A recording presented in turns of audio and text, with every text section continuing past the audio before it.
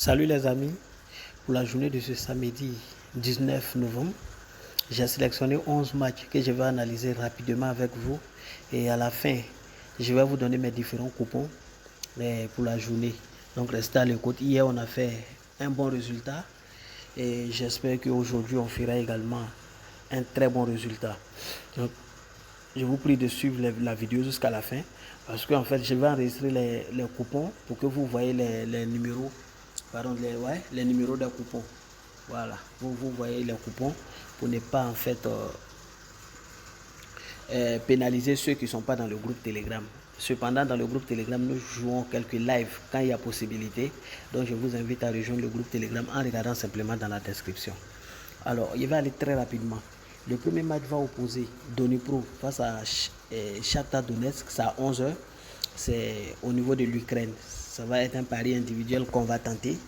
Et dans ce match, ce qu'il faut savoir, c'est que Dnipro est classé premier et face à Shakhtar Donetsk. Et puis Dnipro joue devant son public. Donc au niveau de la motivation, il aura une légère motivation de Dnipro par rapport à ça, Shakhtar Donetsk. Parce que en fait, voilà, arracher la première place à Shakhtar Donetsk n'est pas quelque chose d'aisé. S'ils l'ont fait, ils vont vouloir se maintenir. Mais il faut savoir qu'actuellement, Shakhtar Donetsk qui avait commis pas mal de petites erreurs au début est maintenant réveillé. Et voilà, on peut le constater sur les 5 derniers matchs. Sur les 5 derniers matchs de Shakhtar Donetsk, bien sûr, vous allez constater simplement qu'ils ont perdu un match sur les 5 dernières rencontres. Et c'était face à Leipzig et bien entendu en coupe, pardon, en Ligue des Champions. Et hormis ça, en championnat, les 4 derniers matchs, ils n'ont perdu aucun match. Et quant à Dnipro, ils ont perdu face à Alkmaar en Europa League. Et en Europa League, hormis cela aussi, ils n'ont pas perdu de match. Donc ici, il y a un autre élément qu'on va prendre en compte, c'est l'état de forme. On va regarder à domicile. À domicile, Dnipro joue très bien et ne perd pas de matchs sur les 5 derniers matchs. Quand on prend les 10 derniers matchs, il y a eu 2 défaites pour 2 matchs nuls à domicile. On prend Shakhtar Donetsk à l'extérieur, ça ne va pas trop. Shakhtar Donetsk, c'est pas trop la pleine forme à l'extérieur. Sur les 5 derniers matchs, ils en ont perdu 2. Quand on prend les 10 derniers matchs, ils en ont perdu 3. Cependant, c'est une équipe qui arrive plus ou moins à marquer dans la plupart de ses matchs. Voilà. À l'exception de 2 matchs où il a perdu 6-10, où ils n'ont pas pu trouver le chemin des filets. Et quand on regarde aussi l'équipe de Dnipro, voilà, il parvient plus ou moins à trouver toujours le chemin des filets. Donc dans ce match-là, je pense que le pari safe simplement, c'est les deux équipes vont marquer parce que chacun va vouloir gagner pour espérer reprendre la première place. Voilà, je pense que Shakhtar Donetsk va marquer, Dnipro va marquer. Vous pouvez mettre ça dans un pari combiné, les deux marques. Cependant, dans ce match, l'expérience combinée à l'état de forme actuel de Shakhtar Donetsk va les permettre de passer au-dessus et je pense qu'ils vont remporter ce match face à Dnipro. C'est vrai que Dnipro, c'est une équipe à ne pas négliger, mais je pense que Shakhtar Donetsk a plus d'expérience pour partir avec la victoire. On va essayer ça en pari individuel. C'est une cote 2, une très belle cote. Je pense que ça va passer facilement avec une confiance de 90%. Le second match sur lequel je vais me prononcer, c'est en Allemagne et c'est entre Cologne et Stuttgart. C'est à 14h, c'est un match amical. Dans ce match également, il faut savoir que c'est deux équipes qui se connaissent, deux équipes qui s'affrontent bien en Bundesliga. Même si cette année, Cologne, c'est pas trop ça en Bundesliga. Et également Stuttgart. Mais il faut savoir que les deux, il y a eu pas mal de confrontations entre les deux. Et voilà. Sur les 5 dernières confrontations, ils ont fait un match nul pour 2 victoires de Cologne, 2 victoires de Stuttgart. Et vous voyez quand les deux se croisent, il n'y a pas assez de buts dans les différentes confrontations. Il n'y a pas assez de buts. Mais quand on regarde à domicile cette année, on voit que dans l'ensemble des matchs joués à domicile, Cologne a encaissé au moins un but. Et quand on regarde dans Stuttgart à l'extérieur, l'ensemble des matchs joués à l'extérieur, ils ont encaissé au moins un but. Donc je pense que dans ce match amical-là, les deux équipes vont trouver simplement le chemin des filets pour espérer se redonner confiance, voilà, avant l'entame des choses de la Bundesliga. Donc les deux équipes marquent simplement. Alors je tombe directement en Suisse. Ensuite, c'est un seul match qui va se jouer à 14h30. C'est entre Balbé et Biel. Ici, il faut savoir qu'au niveau du classement, simplement, Bâle est en train de remonter. Au départ, ils avaient commis pas mal d'erreurs avec 3 défaites successives. Mais là, ils sont réveillés. Voilà, ils ont gagné la dernière fois et je pense qu'ils vont faire une deuxième victoire de suite. Voilà, on peut observer ça ici. On va remarquer simplement que c'est vrai qu'à domicile, ça ne va pas trop. Alors, sur les 5 derniers matchs, ils ont gagné que 1. Ils ont perdu 4. Cependant, quand ils prennent bien aussi à l'extérieur, ils ont remporté qu'un match et ils ont perdu 4.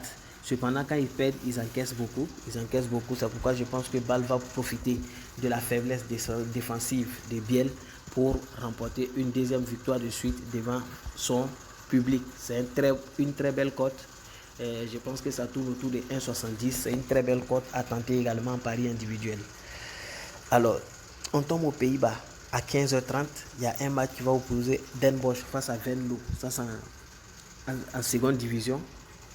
Dans ce match, ce qu'il faut savoir, c'est que d'abord au niveau du classement, Venlo occupe la 9e place et Den Bosch occupe la 13e place. Et actuellement, quand on prend la forme actuelle, sur les 5 derniers matchs, Den Bosch a pu prendre 10 points contre une équipe de Venlo qui a pris seulement que 5 points sur 15 possibles. Et quand on regarde les têtes à tête, les deux équipes se sont déjà confrontées plusieurs fois. Et quand vous regardez, plus ou moins dans l'ensemble des matchs, au moins une équipe parvient à trouver le chemin des filets 2 fois. C'est pourquoi je pense que l'histoire va se répéter. Demain, dans ce match-là, au moins une équipe va marquer également 2 fois, simplement. Toujours aux Pays-Bas, l'autre match c'est à 17h45 entre Irak et Ox. Dans ce match, ce qu'il faut savoir, c'est que Ox, c'est une équipe qui marque beaucoup. Tu peux les gagner n'importe comment, mais c'est une équipe qui parvient plus ou moins à trouver le chemin des filets dans la plupart de ses matchs. Par contre, demain, il croise une équipe qui est extrêmement en forme, Irak, qui nous surprend toute cette année, qui occupe la première place depuis le départ et qui n'est pas prêt à relâcher, une équipe extrêmement en forme. Je pense que dans ce match-là, simplement, Irak peut marquer 2 buts, c'est-à-dire 1,5 buts pour Irak. Voilà, 1,5 buts plus pour Irak. Dans ce match, il y a quelque chose qui peut marcher également, c'est plus de 8,5 corners. Donc, ça peut marcher aussi bien. Alors, on va tomber sur le match qui oppose Maastricht à Almere City. Au niveau de l'état de forme, actuellement, Almere City est réveillé. Voilà, et même si Maastricht occupe aujourd'hui la 3e place, qu'ils occupent la 5e place, il faut savoir que voilà, ils sont réveillés depuis un bon moment. Et sur les 4 derniers matchs, ils n'ont perdu aucune confrontation. Voilà, par contre, sur les 4 derniers matchs de Maastricht, ils ont perdu la dernière confrontation. Mais c'est une équipe qui parvient à marquer beaucoup. En témoigne les 5 derniers matchs de Maastricht. Vous allez remarquer simplement que, à l'exception du match où ils avaient perdu face à Jean Utrecht, qui est une vieille équipe, qui est une équipe très expérimentée, ils ont parvenu à trouver le chemin des filets dans l'ensemble des autres matchs. Sur les 5, Almere City également parvient à trouver plus ou moins toujours le chemin des filets. C'est pourquoi je pense que l'histoire va se répéter. Dans ce match-là, les deux équipes vont trouver le chemin des filets. Enfin, il y a Breda qui joue face à Zwolle. C'est la même chose. Zwolle est très en forme actuellement par rapport à Breda. Et quand on regarde le classement, on se rend compte que Zwolle occupe la 2e place et Breda occupe la 15e place. Et actuellement, Breda, défensivement, ça ne va pas trop. Et ils sont un peu faibles par rapport à l'équipe de Zwolle qui cherche à reprendre la première place devant Irak. Parce que quand même, c'est une vieille équipe qui est habituée à jouer la première division. Et je pense qu'ils vont gagner ce match-là pour prendre la première place de manière provisoire. On tombe maintenant sur un match à 16h30 qui est un match amical. Et ce match se joue entre Albanie et Alménie. Ici, au niveau de l'état de forme, Albanie est très en forme par rapport à Alménie. Mais un match amical reste quand même un match amical. Et le match se joue en Albanie. C'est ce qui est plus intéressant. Ça va nous permettre de voir la situation de l'Albanie qui est quand même un peu faible cette année en perdant. Et vous allez voir 3 matchs sur 5 pour 2 nuls, aucune victoire. Alménie, c'est la même chose. 4 défaites pour un match nul. Mais c'est une équipe qui parvient plus ou moins à trouver toujours le chemin des filets. De même que Albanie. Donc c'est un match qui va être assez intéressant. Et quand vous regardez, il y a eu des confrontations entre les deux équipes. On va prendre global, de manière globale, il y a eu des confrontations entre les deux équipes.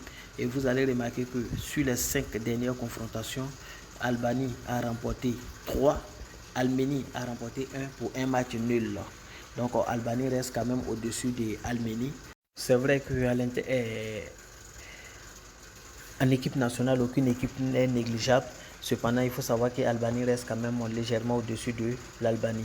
On regarde l'Albanie à domicile, c'est vrai que ça ne va pas, mais ils ont quand même fait 3 matchs nuls pour 2 défaites contre une équipe d'Arménie qui, à l'extérieur, a perdu 4 matchs et a pu tenir tête à Kosovo. C'est vrai qu'elle a rencontré pas mal de grosses équipes qui sont l'Ukraine, l'Irlande et puis l'Écosse, Norvège et tout ça. Mais face à Norvège, vous regardez que l'équipe a encaissé plus de 9 buts, c'est-à-dire défensivement, l'équipe n'est pas très en forme. D'où je vais donner une victoire sèche à Albanie, voilà, sans trop m'attarder dessus. La victoire d'Albanie. Et on tombe en Suisse. À 17h, on a 2 matchs en Suisse. Le premier va opposer Haru à Schaffhausen. Dans ce match, simplement, il faut savoir que Haru est mieux coté que son adversaire quant au niveau de la forme, aussi bien qu'au niveau de la motivation, étant donné que l'équipe va jouer à domicile. Ce qu'on va regarder maintenant, c'est l'état défensif de chaque équipe. Au niveau de l'état de forme, vous allez voir que Haru reste quand même sur 4 points pris sur 15 possibles contre Schaffhausen qui a pris 2 points sur 15 possibles. Donc au niveau de l'état de forme, comme je le disais tantôt, c'est ça. Tête à tête, les deux équipes ont eu à se confronter. Et ce n'est pas toujours que les deux parviennent à trouver le chemin des filets. Mais on va regarder quelque chose de très intéressant. C'est Haru à domicile. À domicile, c'est vrai que voilà, ils ont perdu un match face à Bellinzona et un autre face à Bâle. Bâle qui reste quand même une équipe, une grosse équipe. Mais on peut quand même gagner un match et faire 2 matchs nuls. Et ce qui est intéressant, c'est qu'ils parviennent à trouver plus ou moins le chemin des filets dans la plupart des matchs. De même que Schaffhausen, qui sur les 5 derniers matchs a trouvé le chemin des filets 3 fois et n'a pas pu marquer dans 2 de ces matchs. Mais quand on regarde Schaffhausen à l'extérieur, on se rend compte automatiquement que c'est une équipe qui à l'extérieur, ça ne va pas du tout. C'est pourquoi je pense que dans ce match-là, ils vont perdre simplement parce que voilà, Haru va profiter de leur faiblesse pour se décoller d'eux au niveau du classement. Parce que quand vous regardez le classement actuel, vous allez constater qu'ils occupent respectivement 8e et 9e place. Je pense que Haru va vouloir gagner pour s'éloigner davantage de la place des relégations. Il y a Lausanne qui joue face à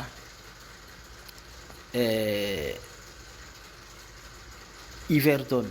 Ici aussi, au niveau du classement, les deux sont collés, 3e et 4e place respectivement. Mais ce qui est intéressant ici à savoir, c'est qu'en fait, les deux équipes aussi se connaissent et quand ils se rencontrent, il y a moins de buts. Mais quand on regarde au niveau de la forme à domicile pour Lausanne, c'est quand même 9 points pris sur 15. Et quand on regarde Yves Zéron à l'extérieur, c'est 6 points pris sur 15 possibles. Cependant, ils parviennent à marquer dans la plupart de leurs matchs à l'extérieur, alors que Lausanne aussi à domicile parvient à trouver plus ou moins le chemin des filets. C'est pourquoi je pense que dans ce match, les deux équipes vont marquer simplement, même si de par le passé, plus ou moins, ils ne marquaient pas quand ils se rencontrent dans tout l'ensemble de leurs matchs. On a un dernier match qui va opposer Turquie et République tchèque au niveau mondial, toujours match amical. À ce niveau, c'est un match assez intéressant parce que voilà, j'ai déjà vu Turquie jouer récemment. J'ai également vu République tchèque jouer et lors du match de Turquie-Écosse, j'ai tout de suite compris que Turquie c'est une équipe qui est extrêmement en forme aussi bien défensivement que offensivement. Et quand j'ai regardé République tchèque face à Île Féroé, j'ai compris simplement que Île Féroé c'est une équipe qui n'est pas à la hauteur. Donc République tchèque a profiter de sa supériorité pour les écraser 5-0. Mais ce qui est plus intéressant, c'est que les deux équipes se connaissent et se sont rencontrées au moins une fois.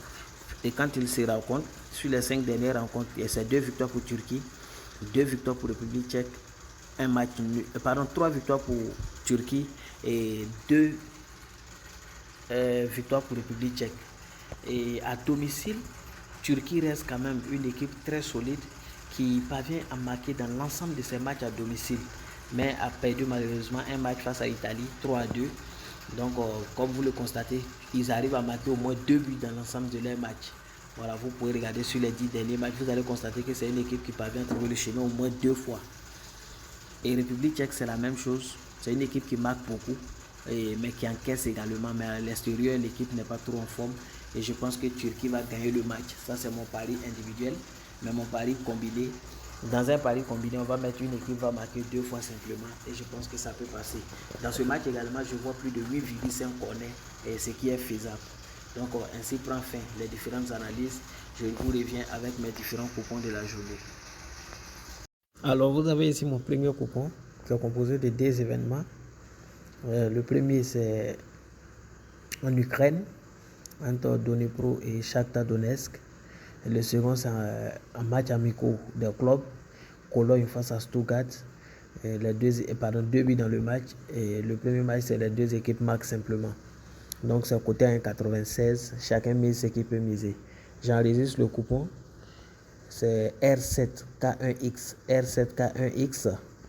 Donc, vous l'avez. Je l'efface et puis je vous envoie le deuxième coupon simplement.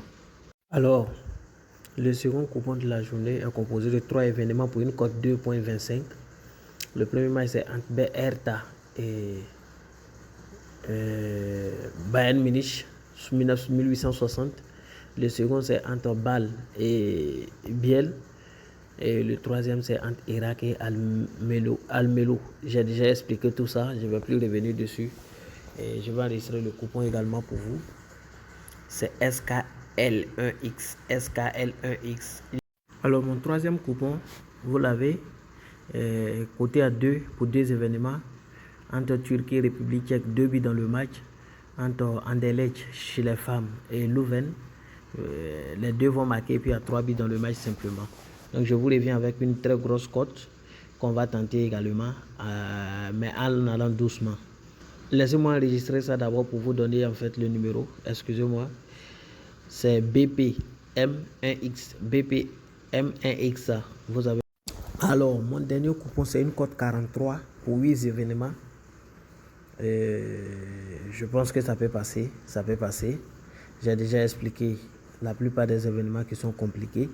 Le reste, voilà, je vous laisse regarder ça à votre niveau. Je vais juste enregistrer le numéro de coupon. C'est SMM1X. SMM1X. Et je vous souhaite une bonne chance.